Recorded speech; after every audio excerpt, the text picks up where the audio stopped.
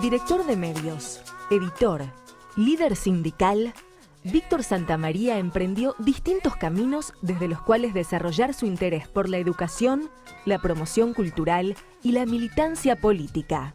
Es secretario general del sindicato SUTER, miembro del Congreso del Partido Justicialista Porteño, del Consejo Económico y Social de la Ciudad de Buenos Aires y se desempeña como secretario general de la Federación Argentina de Trabajadores de Edificios de Renta y Horizontal. Santamaría es también director del grupo Octubre, integrado por AM750, FM Malena, Planeta Urbano, Diario Z y la revista Caras y Caretas, de la cual actúa como editor general y preside la Confederación Argentina de Deportes. En 2011 recibió el doctorado honoris causa de la Honorable Academia Mundial de Educación por su liderazgo y compromiso en el fomento de la excelencia y la calidad educativa. Señoras y señores, con nosotros, Víctor Santamaría. Bienvenido. ¿Cómo estás, Víctor? Bueno, gracias por venir. Gracias por invitarme. Estaba pensando, ¿no? Porque si hay algo que te caracteriza es la diversidad, sos polifacético. Y me preguntaba, por supuesto el tema central del programa es la cultura, pero yo creo en la transversalidad de la cultura. Y tu actividad se despliega en campos que van del sindicalismo, la política, la cultura, el periodismo, el deporte. ¿Queda tiempo para la vida? Eso es la vida, en realidad. Eso una vez, uno leyendo muchas veces por ahí a Perón, cuando interpreta y dice que es la militancia, ¿no? Que es la política. Y él dice que la política es la vida. Y yo creo que lo que uno trata de poner de manifiesto en cada una de las cosas que realiza es justamente esa visión global de lo que interpreta que es la política, ¿no?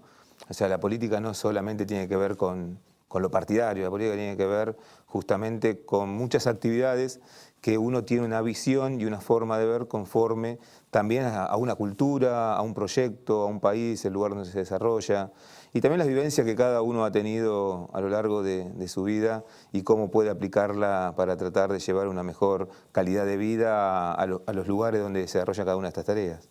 ¿Y de todo eso qué es lo que más te gusta hacer? Sindicalismo. Sindicalismo. Sí. Que es de alguna manera lo que hiciste desde un principio, porque el sindicalismo te acompaña desde que naciste prácticamente, ¿no? Desde muy joven. Sí, desde la cuna, porque ya mi padre es dirigente sindical. La verdad que con él aprendí lo más importante, no solamente como de padre a hijo, sino también en lo que tiene que ver con la actividad sindical, la representación, respetar los valores, respetar a los compañeros, escuchar a los compañeros, tratar de tener una organización sindical que esté al servicio de un grupo determinado de compañeros, en este caso nosotros como trabajadores de edificio, tratando de llevarla a lo más alto posible. Y lo más alto posible no tiene que ver con grandezas materiales, sino tiene que ver con dignidad. Y nosotros, nuestra actividad viene una actividad que fue muy castigada durante muchos años. Y creo que a partir justamente de que nosotros, este espacio político, pudo tomar la responsabilidad de llevar adelante al frente del sindicato, es que hemos crecido en muchas cosas que tienen que ver con nuestra propia cultura y con nuestra propia forma de ser como trabajadores de edificio, que también es muy polifacético. El trabajador de edificio es una personalidad que lo primero que tiene que tener es solidaridad. En segundo lugar, conocerse y relacionarse con todos los que viven en su edificio y saber un poquito para charlar de cada uno de los que viven ahí para tener una mejor relación. El SUTER, Sindicato Único de Trabajadores de Edificios de Renta y Horizontal. Miren qué nombre raro, ¿no? Pero, hay una cosa que pocos saben, y yo lo aprendí, como sabés, profundizando en la historia del peronismo, que es que en una época los edificios de 8 pisos, hasta la época de Perón, no eran de muchos dueños, sino que tenían un solo dueño. Era de renta. Eran edificios de renta. La propiedad era una sola, la del lote. Exacto. ¿no? Sí, y ¿Cómo fue la historia de eso? No, y la propiedad horizontal es una ley que nace a partir del año 47, 1947, con el peronismo, porque además empezaban a ver los bienes sucesorios, cambia también la ley de herencias, entonces, y también de la propiedad en sí. Entonces, para ser propietario no había una forma, como decís vos, digamos, había un edificio que era el dueño, que vivía de esa renta, y eso le daba el carácter de edificio de renta. A partir del año 47, cuando se sanciona la ley de propiedad horizontal, que es una ley que viene de Francia principalmente, especialmente de París, porque viene de las comunas de París, donde justamente se hace a través de un porcentaje determinado del edificio, que es lo que cada uno es dueño y que uno comparte en forma común. Y es una ley que realmente revolucionó lo que tiene que ver con la propiedad en nuestro país y también marcó tendencia a nivel mundial. Y a partir de ahí el sindicato se llama Sindicato de Propiedad Horizontal. Un sindicato que a su vez teníamos siempre un gremio que nosotros hoy seguimos queriendo y apreciando mucho, que formaba parte de nuestro sindicato, que es el de personal doméstico. Antes era el sindicato de rentas y personal doméstico. A partir del año 55, 56, cuando es el golpe de Estado, con una fuerte tendencia a dividir los sindicatos y a atomizar mucho el movimiento obrero, y además de las intervenciones y los gremios amarillistas, en el caso nuestro, que fue intervenido, justamente dividen lo que tiene que ver con personal doméstico con trabajadores de edificio. Pero es una tarea que siempre nosotros tratamos de que no sea solamente el encargado de edificio, la persona encargada de la limpieza, sino que es una persona que tiene muchos otros servicios también que dar dentro de ese inmueble en el cual presta su trabajo. Hay una característica particular del trabajador de edificios, es que vive en su ámbito de trabajo. Es uno de los pocos ámbitos de trabajo donde se podría pensar, yo no creo que sea del todo así, de que hay más jefes que trabajadores. En la práctica te podría decir que sí, en la legalidad no es así, No es así. Pero en la práctica es así, digamos. Y además es la particularidad. En un edificio, digamos, hay edificios de 100 departamentos. Sí, más. Y la gente no trabaja y vive ahí. El que trabaja ahí es el encargado, digamos. Sí, vive, trabaja ahí y lo hace con su familia. Entonces también la relación no es solamente una relación de trabajador-empleador, sino donde la familia tiene mucho que ver con la relación laboral, aunque legalmente no la tenga. Pero la familia es el hijo del encargado es muy particular. Yo fui más años hijo de encargado que encargado de edificio. La mujer del encargado también tiene una relación muy particular con el edificio, o el marido en el caso de que la mujer sea la titular. O sea, es una relación muy difícil, pero también una relación que cuando se logra hacer y se logra hacer bien, esa familia o ese encargado de edificio tiene una antigüedad de 30 años en el edificio y los propios propietarios son los que quieren que se quede y que no se vaya porque es parte de su familia. El encargado le genera además no solamente los servicios que tiene que hacer un encargado, sino le genera seguridad. Porque es muchas veces, o aunque no corresponda a la persona que uno le deja la llave cuando se va de vacaciones, es el que recibe los hijos cuando llegan del colegio, es la persona que conoce el funcionamiento del edificio, y esa persona, la gente que vive en el edificio, lo aprecia muchísimo. En una fábrica, los obreros metalúrgicos, una fábrica metalúrgica, los obreros se conforman niveles de solidaridad que tienen que ver, bueno, con el trabajo, las particularidades del trabajo fabril. ¿Cómo son los niveles de solidaridad en un gremio de estas características? Es un gremio muy individual, pero es un gremio muy solidario entre sí. Yo creo que justamente la posibilidad de juntarnos, de ser una pequeña fábrica o una gran fábrica, le da la posibilidad de pertenencia al sindicato. El sindicato ha logrado unir a los trabajadores de edificio por barrio, por la ciudad de Buenos Aires, por municipios de la provincia de Buenos Aires. Y la verdad que existe un compañerismo muy grande y existe una solidaridad muy grande. Porque además ese compañero, trabajador de edificio, que pasa, muchos de ellos, o de venir de algún lugar de otros países vecinos, o de venir de algún lugar del interior a trabajar a La Recoleta, el lugar, si hay emblemático de la clase alta argentina, a trabajar y a servir ahí, es muy difícil el cambio cultural y es muy difícil el cambio en todo sentido. Entonces, el sindicato siempre fue esa herramienta que permitió la posibilidad de integración, la posibilidad de juntarse, la posibilidad de entenderlo también por los grandes conflictos que se viven en esa mini sociedad o esa micro sociedad que es el edificio, ¿no? ¿Cuándo nació el sindicato? El sindicato nació un 2 de octubre del año 1942. Yo sé en la historia, sé algunas cosas en torno al sindicato. Una de ellas, que un dirigente sindical del gremio de encargados de edificio fue uno de los gestores del 17 de octubre. Fue parte del reducido grupo que impulsó, no exactamente el 17, pero sí el paro del 18. Sí, el famoso paro del 18. El paro del 18 que nunca, bueno, que se da, pero que el 17 se da la gran movilización popular que rescata a Perón de la prisión de Martín García. Eso por un lado. Y por otro, que se recuerda mucho la ley, el Estatuto del Peón. Pero para la misma época que Perón saca el Estatuto de Peón, que tanto irrita a la llamada oligarquía, a los terratenientes, porque Perón se había metido más allá de las tranqueras, se les había metido en la estancia, una ley que no es, digamos, una ley común, normal, pero irrita porque los estancieros sintieron que se metía el peronismo, el naciente peronismo en la estancia, pero para la misma época, Perón se les mete en los dormitorios o en los pasillos, porque saca también, porque de alguna manera recibe a los trabajadores del hace la ley, la 12981, que es justamente el estatuto especial que tienen los trabajadores de edificios, que aún hoy se mantiene con varias modificaciones, que tiene que ver justamente con reglamentar cosas básicas que hacen a la vida de nuestra actividad, ¿no? Pero fíjate que así y todo, recién en el año 74, fin del 74, principio del 75, se sanciona en nuestra actividad la ley de las 8 horas. Nosotros hasta los 70, nuestro trabajo, nuestros horarios de trabajo eran más de 11 horas. Y no pudimos, y es más, en el año 75, cuando se quiere sancionar la primera ley que establece la jornada de 8 horas para un encargado de edificio, la vetan.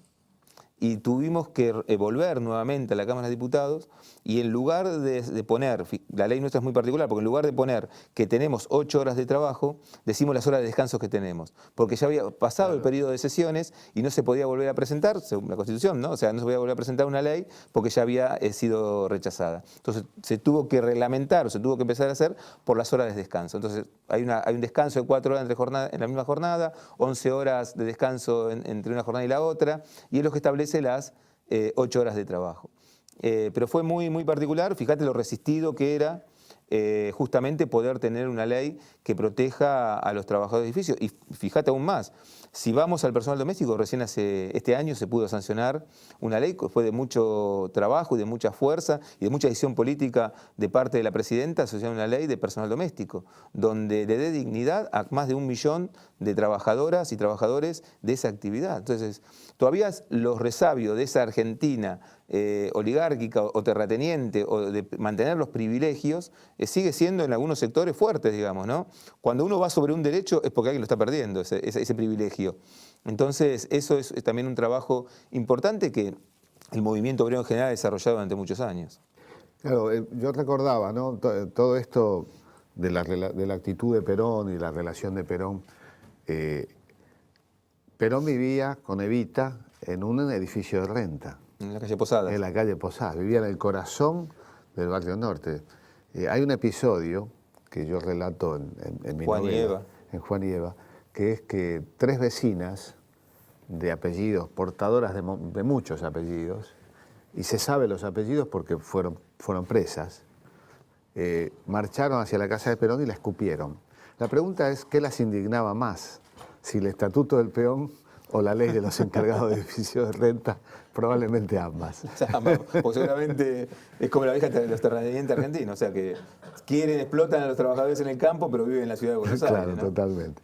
Y bueno, pareciera que no tiene que ver con la cultura, pero hablabas de la calidad y hablabas de los espacios de encuentro. Si hay algo que caracteriza el Suter es la diversidad de espacios de encuentro, ¿no? Porque ya no hablamos de... En general los trabajadores tienen como espacio de encuentro central el sindicato, pero cuando uno piensa en el Suter podemos hablar de distintos espacios de encuentro que van desde el sindicato hasta la salud, la educación, el deporte y la cultura. La cultura a niveles que no se dan en ninguna otra organización gremial, creo. Me gustaría que vos cuentes un poco. Sí, a ver, nosotros tenemos, como decía recién, diversos espacios de encuentro que tienen que ver con la diversidad también de la cultura en general o de la actividad de cualquier porteño o ciudadano de esta gran metrópolis que es la ciudad de Buenos Aires y el Gran Buenos Aires, ¿no? Espacios culturales y espacios educativos, espacios del deporte. Nosotros entendemos también el deporte como una mejora en la calidad de vida que tiene mucha relación con la educación. Fíjate que un encargado de edificio para cualquier trabajador obrero en la ciudad de Buenos Aires es muy difícil encontrar lugares de deporte que puedan realizar actividad deportiva en forma gratuita y que sea de calidad y tener una pileta cubierta para hacer actividad de natación durante todo el año. Pero eso además tiene que ver con algo profundamente en nuestra salud. Los trabajadores de edificio aún hoy, gran parte de las viviendas siguen siendo en los sótanos o siguen siendo en las terrazas donde no llega el ascensor y fíjate que siempre a la portería hay que llegar un piso por escalera, que es algo común. Entonces, eso también tiene muchas dificultades en el punto de vista de la salud, especialmente de los más chicos y de los que se crían, como diría mi padre, como la banana, en los sótanos. Y eso genera problemas de salud. Entonces, desarrollamos un plan integral de salud que tiene que ver con el desarrollo deportivo y con el desarrollo principalmente de la natación. Y la cultura entendemos, y eso creo que es una cuestión de que muchos de nosotros los hemos aprendido durante todos esos años, que si no hay una verdadera revolución cultural, podemos cambiar muchas cosas, podemos mover las cosas del lugar, podemos generar más derecho, pero realmente no vamos a cambiar lo más importante, que es ese cambio de fondo, que es un cambio cultural en la Argentina. Nosotros aún hoy, a uno le suele escuchar a mucha gente diciendo cómo un camionero puede ganar 15.000 pesos y horrorizarse por eso, o cómo un encargado de edificio puede ganar tanto y horrorizarse por eso. Entonces, y todavía tenemos más de un 80% del personal doméstico en forma irregular. En negro. Entonces, eso es un cambio cultural. Y creo que nosotros tenemos que dar esa batalla del cambio cultural con nuestra visión, desde nuestro lugar, desde la visión de los trabajadores, la visión de un sector de los trabajadores que es integral y que escucha al resto de las visiones que hoy existe y que un cambio cultural que se ha dado en la Argentina en estos últimos años y tal vez profundizado en estos días más que nunca es poder escuchar distintas voces. Hace 10 años, 12 años atrás había una sola voz. Y uno tenía el boletín oficial, que era el monopolio que llevaba adelante la información en la Argentina, y no podíamos tener otra posibilidad de poder escuchar a otros actores de nuestro país. Y cuando digo actores de nuestro país, no solamente digo en la ciudad de Buenos Aires, sino en todo nuestro país, de lo más federal posible.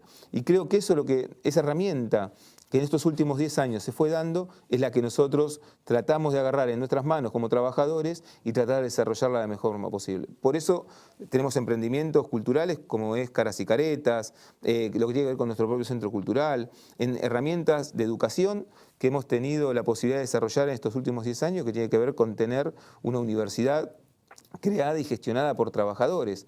Esos son cambios culturales que creo que a lo largo de la historia de nuestro país van a quedar. Y yo creo que hay muchos sindicatos que están también en esa misma sintonía. Sindicatos que realmente por ahí no tienen la difusión de lo que están haciendo, pero muchos de ellos están haciendo verdaderos cambios que uno se asombra porque no lo ve ningún sindicalismo del mundo, compañeros de Mata, los compañeros de la UON, los compañeros de la UOCRA. La UOCRA tiene el primer canal de televisión de un sindicato. Cierto. Sí. Y eso es una revolución. De muy buen nivel. Muy buen nivel. Y eso es una revolución también cultural. Centros de formación profesional. La UON acaba de formar el año pasado más de 60.000 trabajadores de la metalúrgica. Entonces, eso también tiene que ver con un cambio cultural, porque la formación profesional no es solamente formar técnicos, sino esos técnicos tienen una visión y una mirada del país diferente que si lo formaría el empresariado. Entonces, esa posibilidad que hoy tiene la Argentina es una posibilidad que creo que los trabajadores tenemos que aprovechar. Como decía Lula el día que inauguró la universidad nuestra, denle a los trabajadores o a los que menos tienen una oportunidad. Y yo creo que nosotros estamos aprovechando esta oportunidad histórica por la cual está atravesando la Argentina. Yo estuve el día que Lula estuvo en el lanzamiento de la UMED, de la universidad. El nombre completo es Universidad Metropolitana para la Educación y el Trabajo. Para la Educación y el Trabajo. Lula no tiene estudios secundarios, ¿no? ¿Eso en la Argentina vos imaginás posible que un dirigente sindical en la Argentina alguna vez sea presidente como de Brasil? Yo creo que sí. O sea, a ver, no hay nada que lo prohíba. Creo que puede ser tranquilamente un dirigente sindical candidato a presidente. Creo que Lula siempre dice, yo tuve 2 títulos, digamos, el del primario y cuando me recibí de presidente. Y la verdad que y Lula lo cuenta emocionado, porque cuenta la emoción de la madre cuando él se recibió de técnico metalúrgico también en la CUT, y luego cuando recibe su título, digamos. Y él lo dice emocionado por la mirada de la madre hacia él también. Entonces él dice, yo mi mayor expectativa era conducir un camión de chico.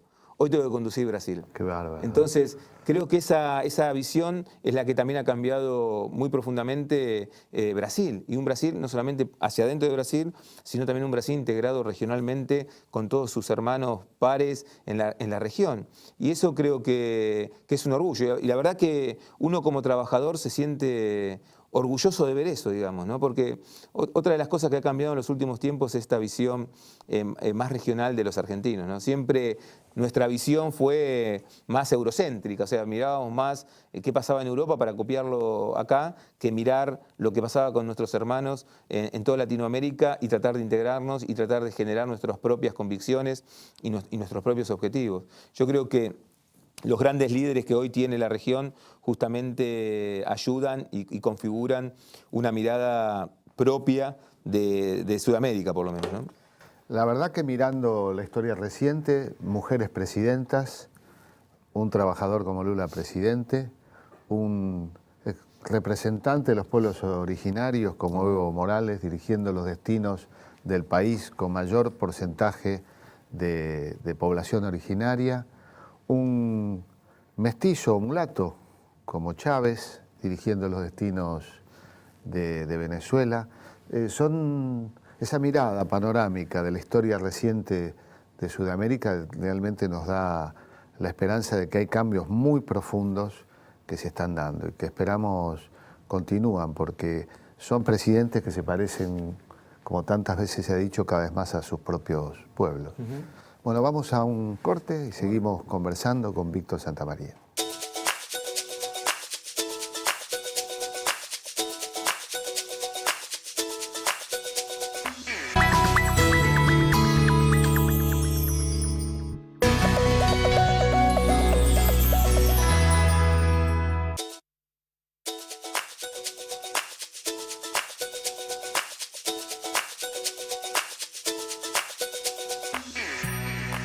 Hablábamos de cultura y trabajo cultura y el rol que la cultura tiene en el sindicalismo y de los profundos cambios culturales que se están dando en las conducciones ya de los países, ¿no? Vos sos secretario de Cultura de la CGT. Secretario de Cultura, Ciencia y Técnica, de la Confederación Argentina del Trabajo, sí. ¿Y en qué consiste la tarea? Yo lo sé, pero me gusta que lo No, cuentes. pero a ver, la verdad que la CGT tiene un dinamismo muy grande en distintas áreas, ¿no? En la que me toca llevar al frente a mí, como en la Secretaría de Cultura, hemos dividido en dos áreas, la parte cultural y la parte de ciencia y técnica. Lo que tratamos es justamente unificar a los gremios detrás de políticas en común que tiene el movimiento obrero con respecto a estos dos temas. En el caso de cultura, hemos creado una mesa de cultura que se llama Néstor Kirchner, en la cual hemos participado ya en 2 años consecutivos en el Congreso de Cultura que organiza la Secretaría de Cultura de la Nación. La última fue en el Chaco, donde por primera vez la CGT tiene un panel y puede elaborar y llevar adelante sus propias propuestas, y la verdad que fue muy bien recibido, y la verdad que tuvimos la posibilidad desde el movimiento obrero marcar una posición de esta nueva Argentina que es distinta a la Argentina de hace 10 años. Esta Argentina es una Argentina donde el trabajo vuelve a ser el eje de construcción de una sociedad, donde el trabajo vuelve a ser el eje en el cual un Estado se construye, donde el trabajo es la posibilidad de que un padre con su familia pueda sentarse en la mesa con sus hijos y comer juntos, donde el trabajo da dignidad, donde el trabajo uno le puede dar educación a sus hijos. Entonces, esa nueva Argentina tiene una visión también diferente de la cultura y el trabajo. Y eso fue lo que fuimos a manifestar en un documento que realizamos entre todas las organizaciones en el Congreso último de Cultura.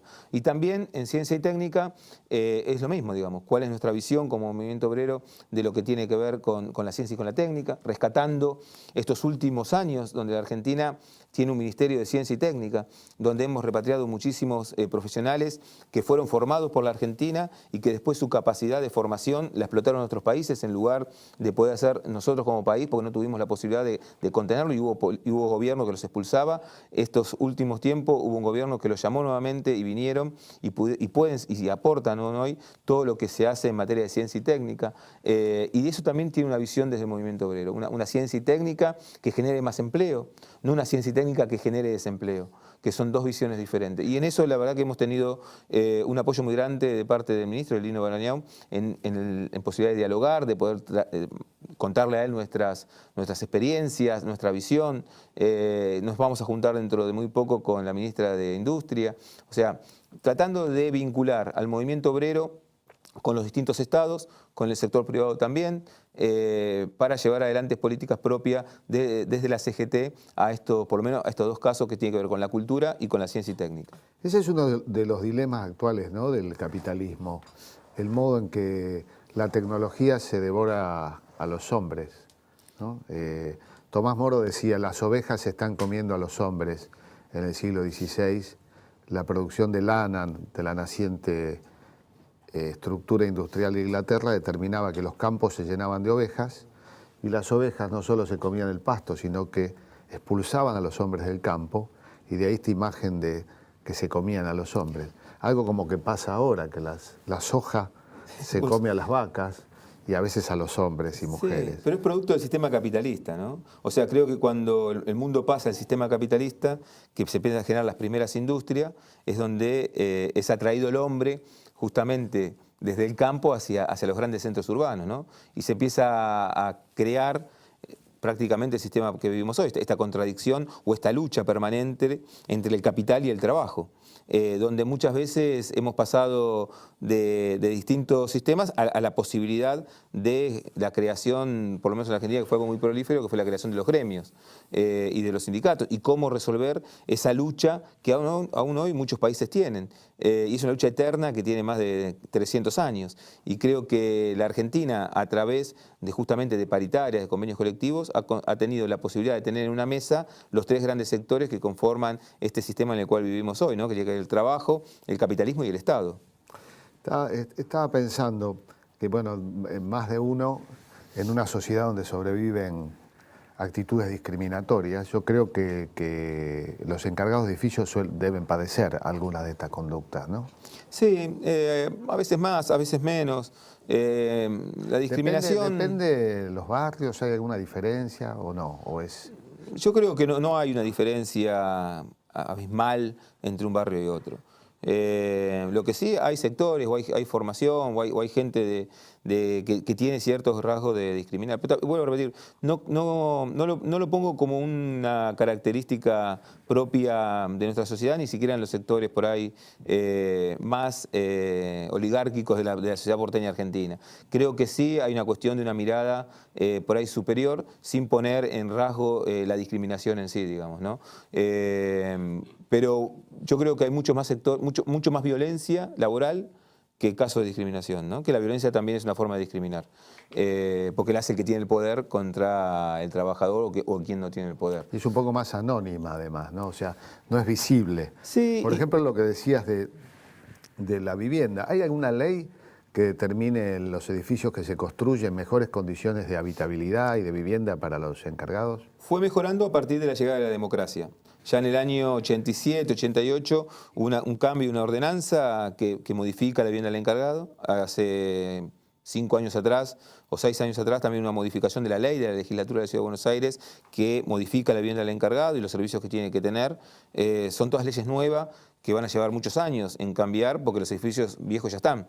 Pero la verdad es que hay una mirada también desde quienes tienen la capacidad de construir, los arquitectos, los grandes emprendedores inmobiliarios en la Argentina tuvieron una mirada durante muchos años muy discriminatoria con respecto a la vivienda del encargado, ¿no? Ponerla en los sótanos. Nosotros vivíamos en un sótano en la calle Vaso del Vaso, en plena barrio norte de la Ciudad de Buenos Aires, o que el ascensor no llegue a la vivienda del encargado, me parece un hecho de marcar una diferencia. Es la tradición absurda de las buhardillas, digamos, ¿no? Exacto, sí, sí, que luego se transformaron fueron idealizadas como un espacio romántico de la bohemia, pero una cosa es que un joven artista la elija la buhardilla con vista a la Tour Eiffel, y otra cosa es que ese era el lugar sin baño, sin calefacción y sin accesibilidad, en el cual vivía... Los servicios centrales no llegan muchas veces a la vivienda del encargado, la gran mayoría. ¿Cuál es la diferencia? ¿Cuánto puede incidir eso en una obra millonaria en la construcción de un edificio? Es simplemente para marcar una diferencia y un poder que es absurdo hoy en el siglo XXI.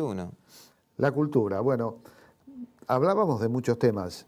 Esta revolución que ha generado la ley de medios audiovisuales también llegó al SUTER, ¿no? Sí, nosotros venimos trabajando hace muchos años en lo que tiene que ver con la posibilidad de comunicarnos en forma diferente, ¿no? Creo que ya hace más de 20 años que tenemos un programa de televisión que estuvo en distintos canales de cable, tratando de llevar adelante una comunicación mucho más directa con nuestros compañeros, con nuestros afiliados, que a su vez pues se amplió con una mirada mucho más grande que nos da la llegada, ese 25 de mayo del 2003, la llegada de Néstor, digamos, ¿no? Con una mirada mucho más amplia de nuestra visión y nuestro lugar en la sociedad que se empezaba a construir en esa época. Por eso es que emprendimos el proyecto de Caras y Caretas, que tiene que ver con una revista, que es una de las pocas revistas culturales de la Argentina y que la verdad que estamos muy contentos y muy felices porque también tiene una fuerte aceptación de parte de la gente.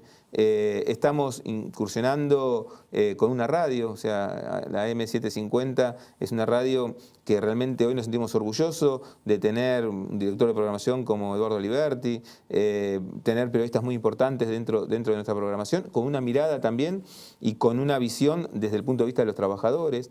Estamos también presentando en Sociedad una FM, que es Malena, Nombre de Tango, que es, saben que en la Ciudad de Buenos Aires, a pesar de que sea la capital del tango, el gobierno de la ciudad está desguazando la única radio hay una sola que teníamos de tango en la ciudad. Entonces, a partir de una inquietud de varios compañeros, es que también para nosotros el tango es una herramienta cultural importantísima, digamos, ¿no? Es patrimonio universal. Entonces creo que en la ciudad teníamos ahí un compromiso para poder rescatar a los jóvenes valores del tango y creo que lo estamos haciendo también a través de Malena, ¿no? Y por supuesto todo lo que tenga que ver con la comunicación para nosotros es un desafío. Somos un gremio que por una de las características también que nos tenemos que caracterizar es justamente la comunicación, ¿no?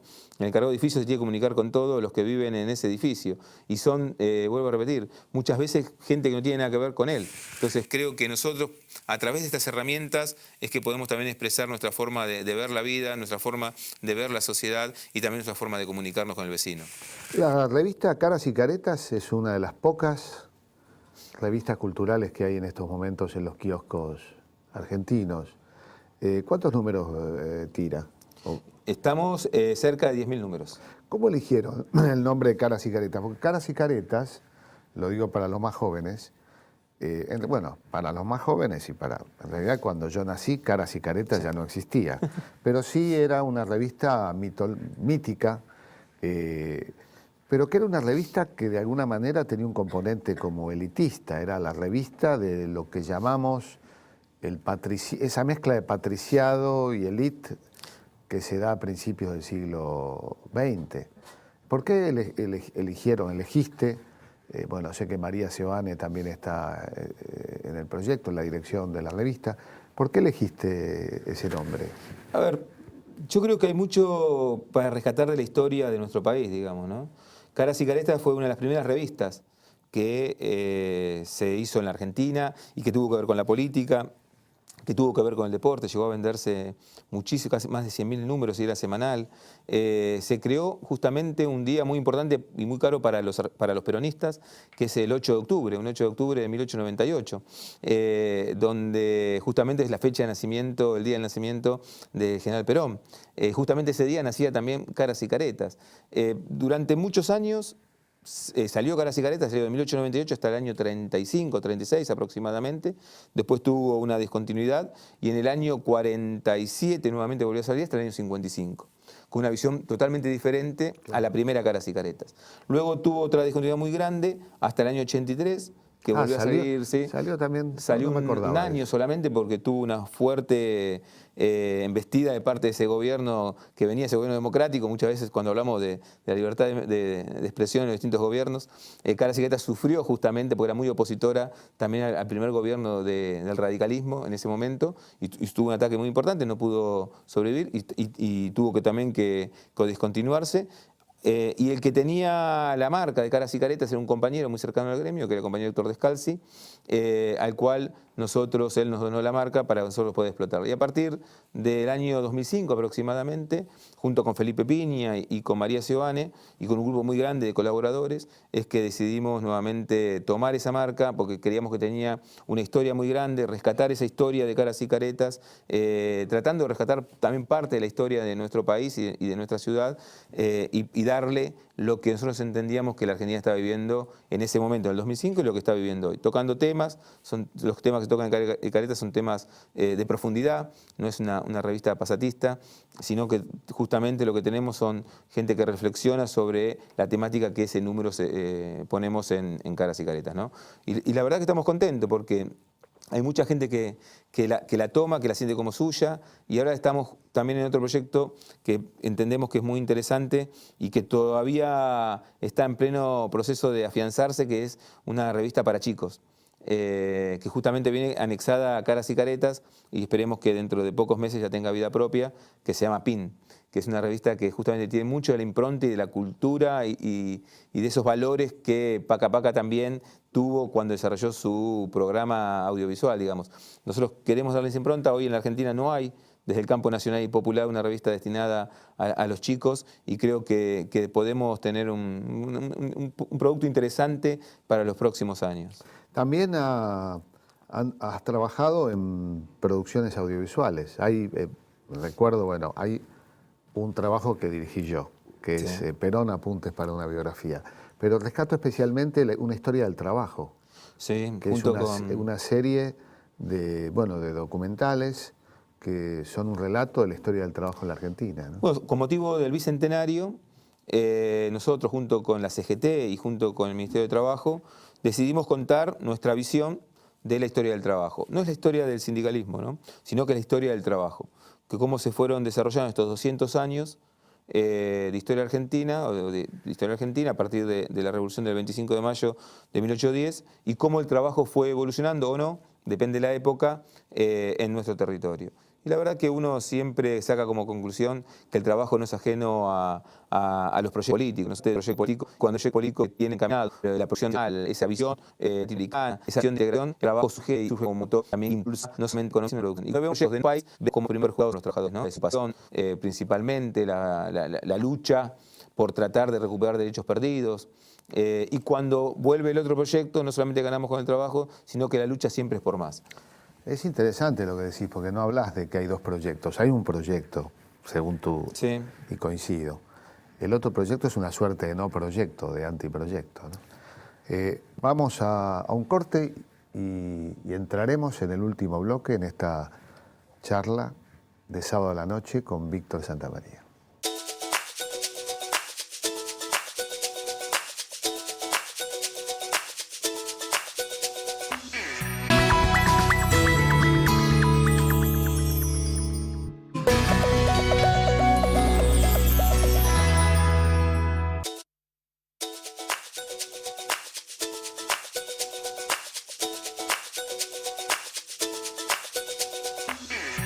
Estábamos hablando, bueno, de las características laborales del gremio de encargados de edificio.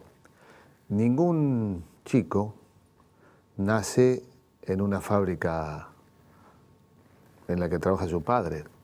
Conoce las condiciones de ese trabajo de manera indirecta. Vos de alguna manera naciste en el medio laboral de tu padre.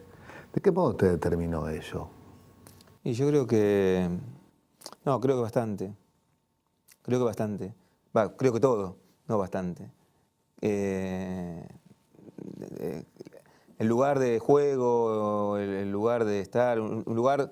los que son hijos de trabajadores de edificios lo saben muy bien, y los padres también, que es el lugar donde uno no puede invitar a sus amigos, porque es el lugar de trabajo del padre. Es muy raro que un hijo de encargado de edificios invite a un amigo a jugar a su casa, porque es prácticamente algo prohibitivo, digamos, ¿no?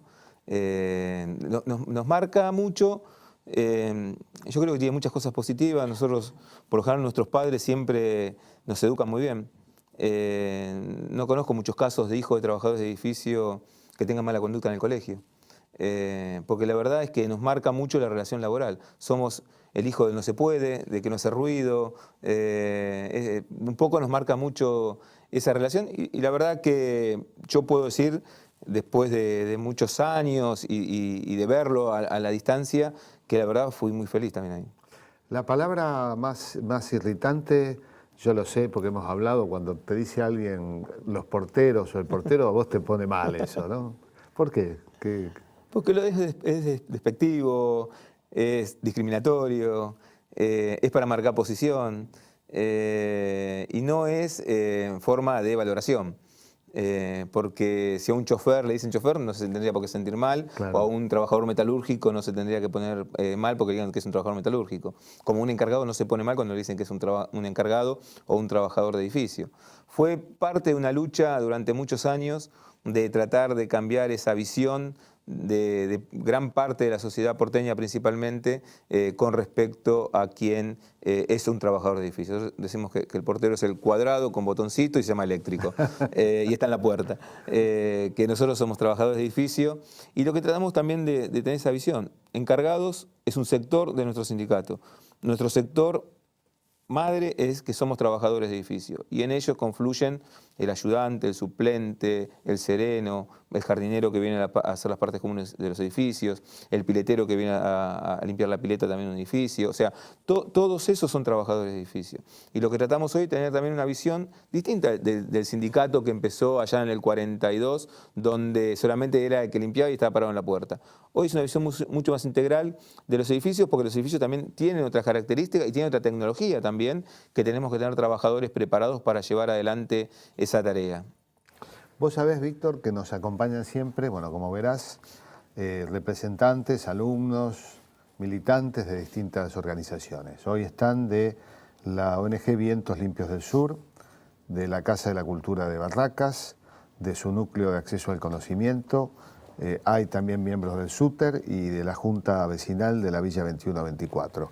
Que yo creo que cuando hablabas de esto de no poder invitar a alguien a tu casa, me parece que hay muchos chicos que viven en una villa de emergencia y que van a un colegio que esté fuera de la villa, en algunos casos está cerca, les debe pasar lo mismo, ¿no?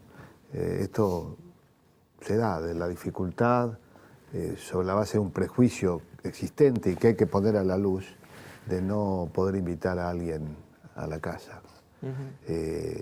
Bueno, ellos van a tener algunas preguntas para hacerte, o alguno de ellos. ¿Quién tiene alguna pregunta? Yo soy Juan Carnielo. Le pregunto a Santa María, ¿qué visión tiene usted sobre los empresarios? ¿Comparten la preocupación de tener una sociedad educada o privilegian el contrario de tener mano de obra barata? Depende del empresario. Hoy en día creo que, por lo menos eso es lo que me gustaría creer a mí, que hoy tenemos un empresariado con una visión distinta, como decíamos hace un rato, dábamos un ejemplo charlando fuera de cámara, al empresariado que propiciaba el golpe del 55, digamos, ¿no?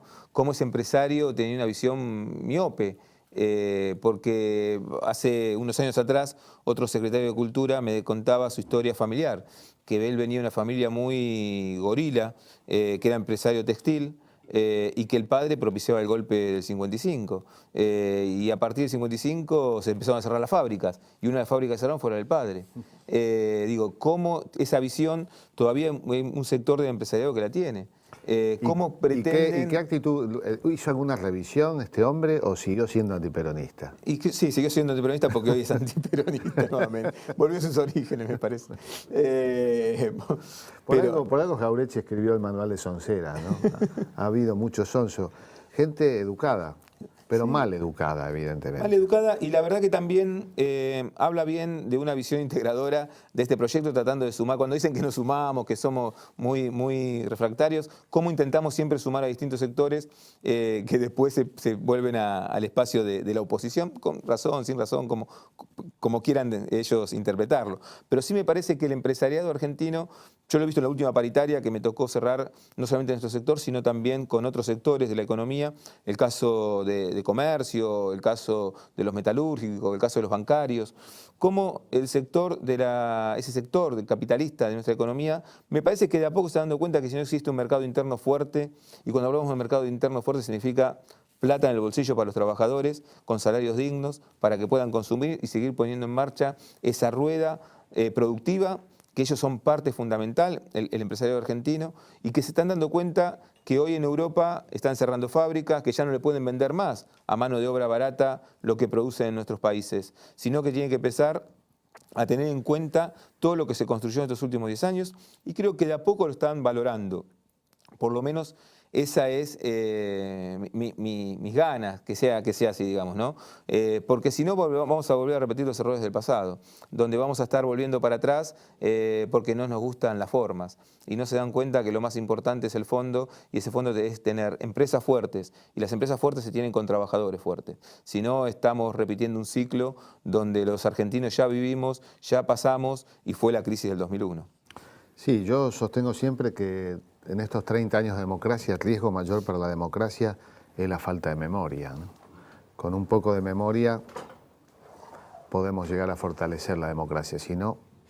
Bien, ¿tenemos otra pregunta? Sí, mi nombre es Daniel, mi pregunta es ¿cómo definiría el escenario del sindicalismo argentino actual? Complejo, pero la verdad que yo hablo con muchos dirigentes sindicales de todas las posiciones y la verdad que todos tenemos una visión clara de que el sindicalismo tiene que estar unido. Que lamentablemente estamos pasando por una situación que no nos es grata, que estar justamente en varias organizaciones. Hay sí una sola CGT, que es la que preside el compañero Caló, pero hay que entender que hay varias organizaciones sindicales, que nos gustaría estar a todos juntos, que por lo menos todos intentamos trabajar por la unidad del movimiento obrero, y cuando hablo de la unidad del movimiento obrero es la unidad de los trabajadores, porque no hay posibilidad de seguir avanzando en muchas de las concreciones que hemos tenido hasta ahora si los trabajadores no estamos todos juntos. Porque, vuelvo a repetir, el capitalismo o el capital se junta rápidamente detrás de sus objetivos. Y nosotros tenemos que tener la inteligencia de poder juntarnos, de poder trabajar, de tener proyectos claros en los cuales nos vamos a discutir y en los cuales vamos a presentar en nuestra sociedad. Creo que hay muchas dificultades para poder hacer esa actividad, pero estoy seguro que con la inteligencia de muchos de los compañeros del movimiento obrero y con la sabiduría que los caracteriza a muchos de ellos, estoy seguro que lo van a poder lograr. Espero que sea lo más pronto posible, porque también los trabajadores necesitamos tener una CGT única. Igual esta noción sociológica de la existencia de un movimiento obrero, clase media, burguesía, oligarquía, me parece que hoy el modelo del trabajo es un poco más complejo. Es decir, de pronto encontramos un trabajador de la industria automotriz, que es prácticamente, muchos de ellos tienen título terciario. Las categorías sociológicas del siglo XX, del siglo XIX, me parece que hoy no se dan. ¿Esto No. incide de alguna manera en el modo de organización de los trabajadores? Sí, fíjate que hoy gran parte del movimiento obrero se dedica a sus trabajadores en lo que tiene que ver con la formación y con la educación. Si uno ve lo que creció la Argentina en muchas materias, ¿no? Pero si uno analiza el 2001, donde teníamos casi 25% de desocupados, donde teníamos una pobreza más del 50%, donde había una generación prácticamente perdida y sin esperanza, y analiza esta Argentina de hoy, 2013, una Argentina con casi pleno empleo, una Argentina que se está recuperando gracias al trabajo, cómo estamos pasando a agregar valor a nuestra producción. Y para eso necesitamos también trabajadores más formados. Yo decía y daba el ejemplo de nuestra actividad, que es mínimo comparado con otras industrias. Como un encargado de edificio, hoy para nosotros es un trabajador de edificio, que en él depende muchas veces medidas de prevención. Medidas de mantenimiento de un edificio, tecnología que se aplica en un edificio, está preparado para prevenir temas de seguridad. O sea, toda esa complejidad que hoy la propiedad horizontal, hace 10 o 12 años atrás no estaba. ¿Por qué? Porque también fue ascendiendo nuestra sociedad en general. Y creo que eso hace a tener trabajadores más formados, más capacitados, donde no es común cualquier formación. Creo que la formación que tenemos que estar pensando es una Argentina para la producción. Nos faltan casi 10.000 ingenieros que tenemos que formar por año. Y eso es una Argentina que está pensando en la producción para adelante. No es una Argentina pensando en los servicios. O en una Argentina del sálvese quien pueda, que era la Argentina de la flexibilización laboral o la Argentina de la desocupación. Entonces, el mundo del trabajo como categoría social también ha cambiado. Y creo que nosotros, en nuestro país, en eso también somos una referencia a nivel mundial. Hay una última pregunta. Sí, buen día, Víctor. Mi nombre es Yeroslagua y mi pregunta es en qué o cómo afectó la crisis del 2001 y qué fue lo más difícil de reconstruir después de ella. Y la crisis del 2001 creo que nos partió como sociedad, y nos marcó como sociedad. ¿Qué rescato del 2001? La democracia. Creo que si hay algo que puso a prueba el anticuerpo de la democracia en nuestro pueblo fue el 2001, ¿no? Con mucho esfuerzo, con mucho trabajo de todos, es que la Argentina pudo mantener la democracia, que en otra época seguramente hubiese sido otro el desenlace. El 2001 creo que por lo menos a nosotros como generación, digo, la generación que tenemos pasado los 40 largos, nos marcó, porque nuestros padres vivieron en los 70, nuestros abuelos vivieron el 17 de octubre.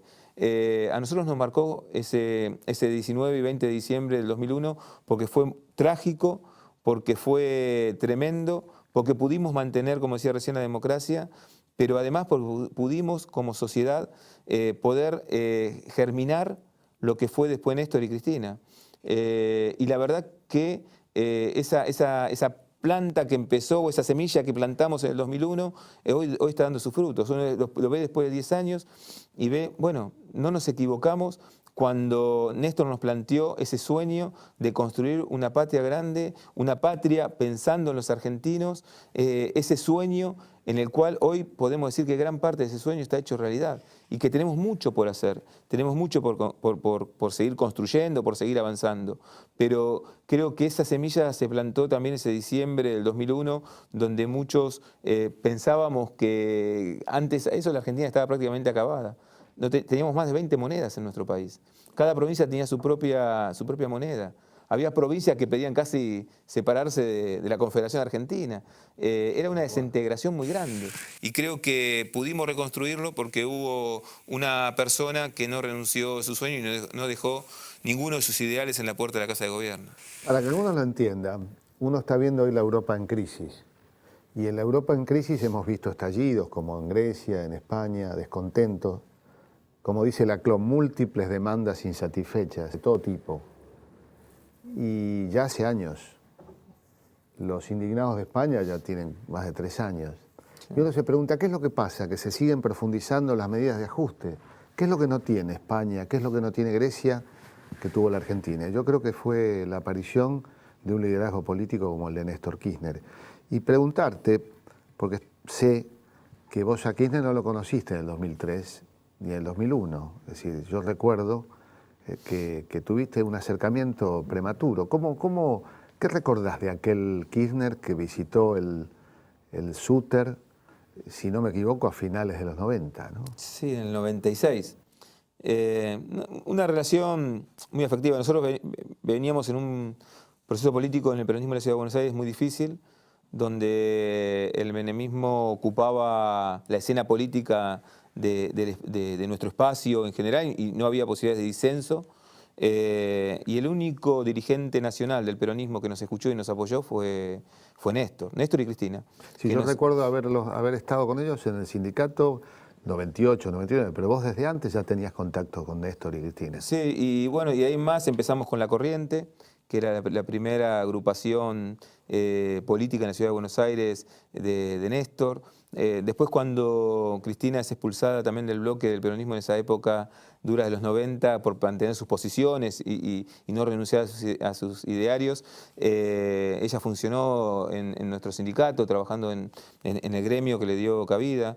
Y la verdad que siempre encontramos en él una persona sencilla, una persona capaz de plantear sus ideas a nosotros, que éramos trabajadores, y entenderlo, y plantear cosas básicas. Nosotros decíamos, espero que cuando llegue lo pueda cumplir, porque veníamos en nuestro país donde los presidentes no cumplían. Y había presidentes que después se jactaban de decir, si yo hubiese dicho lo que iba a hacer, no me votaba nadie. Creo que Néstor dijo un 20% de lo que iba a hacer.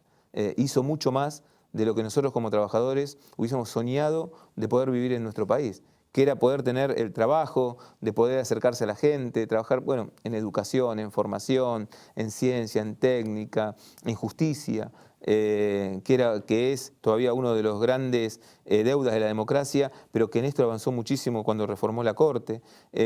Cosas que por ahí, en el transcurso del tiempo, nos estamos olvidando, porque 10 años parece poco tiempo, pero todo lo que se ha construido en la Argentina en estos últimos 10 años es muchísimo. Y creo que ese gran artífice fue Néstor, que fue un conductor que realmente nosotros nos sentimos orgullosos de haberlo tenido como presidente, y nunca creo que hemos hecho gala de decirnos nosotros a Néstor lo conocemos antes del 2003, al contrario. Esa simpleza que nos dio Néstor es lo que nosotros tratamos también de practicar cuando hacemos política. ¿No has sido funcionario en estos 10 años? ¿Yo? Sí. No. No fui funcionario de gobierno nacional. Eso da autoridad a tus palabras, ¿eh? Bueno, te quiero agradecer y bueno, creo que hoy hemos hecho un pequeño aporte a la memoria colectiva. Gracias. No, Jorge, muchas gracias. La verdad que muy contento de estar acá.